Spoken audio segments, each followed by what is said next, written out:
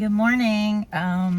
Okay, so this morning, the word that I received and have known, because, transformation and change comes from receiving revelation and word from God. And this is just how to get to a place of relationship with God and walking and abiding in Him and allowing Him to lead your life and to be Lord, not just be saved. This is kingdom stuff. This is how to receive the heaven on earth that He has said. Like, so many Christians walk around with depression and anxiety and all of these things. And we were never supposed to be like that. Like, God wants us to be free. And so there is a way of becoming free. And so, the previous talks I've talked about, not silencing your voice on the inside, giving it all to God. So sharing everything with Him, and then silencing all the other voices. And, there is a voice inside us that is the voice of the enemy. And it pertains to silencing the other voices, not just people, but the enemy. And, it's one of guilt and shame. Forgiveness plays a huge part in walking free. If you do not have forgiveness in your heart, you cannot be set free. You are going to be chained. You just can't. So, I had a really hard time with forgiveness for years. Like I said, I've been wondering for about 40 years, and that number is just so ironic because 40 is in the Bible. And I had a hard time forgiving family members.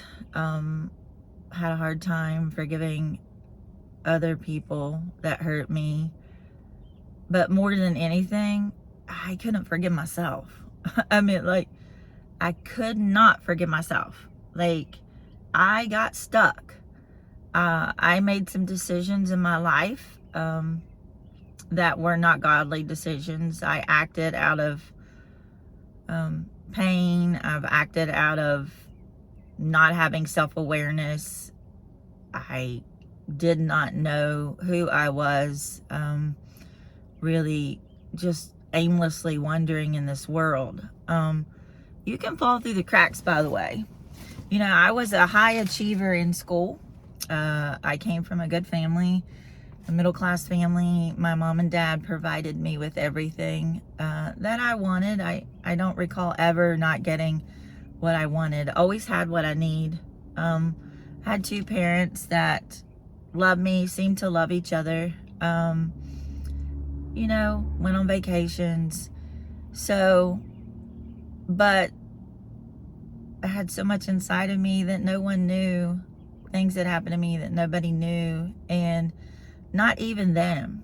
My parents didn't know some things that happened to me when I was little, and because I just carried shame and guilt, thinking those things were my fault, and they weren't. But yeah, as a little child, I thought they were. And so it all started, I don't even remember how old.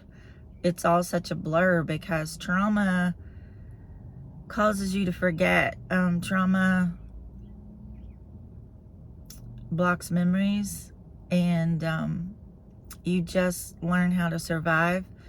And so in school, my teachers, I was quiet, I believe. It wasn't until in my adult life that I got a little louder, but I was very quiet in elementary. I don't know. I just remember always looking at others. I was always the onlooker. Never really boldly, courageously, bravely jumping in and not being concerned about what people thought about me or anything like that. So my self-esteem, it was shot. I didn't have one, and I just didn't think I was good. Like I've shared before, I wasn't a good girl, and well, that's what the enemy made me believe. And so, you know, there was a lot of pain on the inside, and I felt guilty for many, many years, and not dealing with that or not sharing that with anybody caused me not to be able to get help, not to be able to look at the root of my problems. Why are these things happening?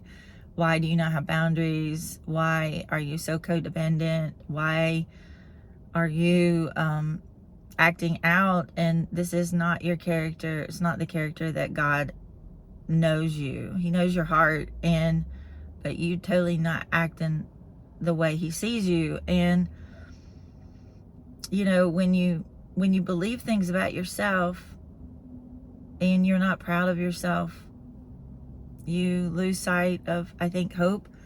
Not just hope, but you know, every day I see in my kids that I teach, they say, I don't care, and they start cussing and carrying on and screaming and shouting, and you know, it doesn't faze me at all, because I'm about to cry here. They're doing actually what I wish I would have done, which is scream and shout. Instead, I turned it inward and didn't scream and shout, and you know, it ate away at my soul. So at least they are verbally vocalizing their pain. So when you see those kind of behaviors, someone's really just hurting, and it's being expressed in anger. And the loss of hope isn't what you're truly feeling on the inside.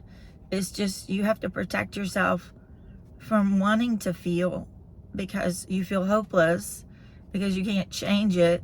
It's just been that way forever, and nothing you can do or have done fixes it. You don't know how to fix it. So the thing that you have to do is just quit caring. But the thing about that is, in all honesty, you don't quit caring. You still care, but you're letting everybody else think that you don't care. And so you're putting on this mask, and you're building these walls of not allowing people in. So intimacy is a big thing when you carry guilt and shame. Is like, and trust. You know, when things happen to you, you don't trust. You can't share. You're not confident in who you are. You don't even know who you are. But once God shows you those things, and once you become free, you're able to do all those things. You're able to express your feelings. You're able to have a YouTube video. He calls you to where you thought you could never go. And, you know, he restores and he redeems, and he gives you your voice, and he heals your heart. But that has steps there. It's a process, you know, like, it's not this prayer like, Lord, please take this from me. I used to do that all the time, like, take this from me, fix this, do this. What I learned is that God's not going to do what he expects you to do. Like, you're capable of doing things. It's like, what are you changing in your life to make a difference? Like, if you keep doing the same old, you're going to get the same old. You're not going to get results of change if you keep doing the patterns and behaviors.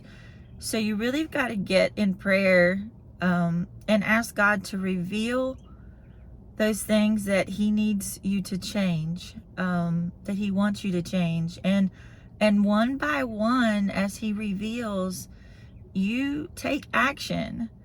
You give it to him. Let the blood cover it, and like, start, you know, set up an action plan. Take steps. How am I going to do this? What do you want me to do, God? Like, tell me how. Show me the way. And you can't become overwhelmed with all that you have, because if we look at, oh my gosh, I'm just a hot mess in 100 different areas, so I don't know where to start. You have to get focused and just ask God, like, where do you want me to start first? Like, let him be your partner. He will show and reveal and give you revelations and literally give you answers. Like, one of my journaling processes that I learned in the Keys of Freedom, which is with Mercy Multiplied, was, relationship takes a two-way conversation.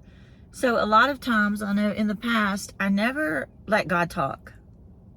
I always prayed to him, Lord, help me do this, help that, help that, blah, blah, blah, blah.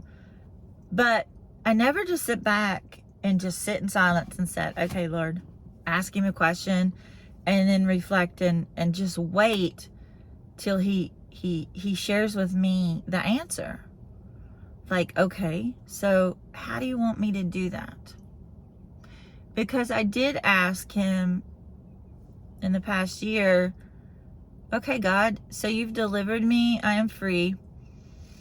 I am walking in purpose. Now, what's your plan? What do you want me to do? And the answer I got was free my people. I'm like, okay, free my people. I'm like, okay, how do I do that? Well, everything you need, I've already given you. And I sat on that for a while and I was like, what do I have? Okay, I've got experience. Okay. All right, Lord, so I've got experience. So my life. All right, so what do I do with that? Because at that time I wasn't making these YouTube videos. And you're an artist. I kept hearing, stay in your lane. Because I had gone back to school to enroll to be a clinical mental health therapist. But, I kept hearing, stay in your lane. I'm not a person that can sit behind a desk and just listen to people all day with their problems. I'm more of like, let's take those problems by the, it happened. Let's accept it and just, what are we going to do with your future? Like, let's move forward. How do we move forward? So the how to, not let's stay stuck, not let's what if, could have, should have. And I'm not saying you shouldn't process those feelings, because I've been in therapy for many years and still in therapy. So it's not like it's a one-time thing where you never, you do have to sit in your feelings. You do have to process all of that pain and shame and guilt and hurt and unforgiveness. And it has a place. And if you don't work through it, but I'm just talking about, it's really difficult for me to sit and listen to, and just the legalities of being a therapist is not. So social and emotional learning therapist is perfect for me. I'm like so designed for this job where I build a relationship. The kids know I love them. I'm their advocate. I always say I'm their defense attorney because they need it. Because of my past mistakes, I know that a kid or a person doesn't always act what they feel in their heart. And I know that because that was me. And so, you can judge a book by its cover, and you can say actions speak louder than words. Actions do speak loud, but the actions of someone is not always the heart of someone. And everybody has a story, guys. Like, if you're believing what people tell you and you're not taking it to the source, and I no longer do that either. It's like, I don't care what you tell me about somebody, unless I've heard that from their mouths and they have literally shared their story with me. I am basing what I think and know of that person on my relationship with that person. Because I even know that we are different people to different people. Like, we can't trust some people. And, God calls us to love people, but he doesn't call us into relationship with people. Like, some people don't need to reach a part of you, like your inner circle, if they're not for you, or they're against you, or they're, you know, they don't deserve a place at your table, should I say. Not deserve, I don't like that word. That's, you know, forgive me, that came across wrong. But what I mean by deserve is, it's not healthy for you, or your mental state to do that. I'm gonna have to do a part 2 because I have a phone call, so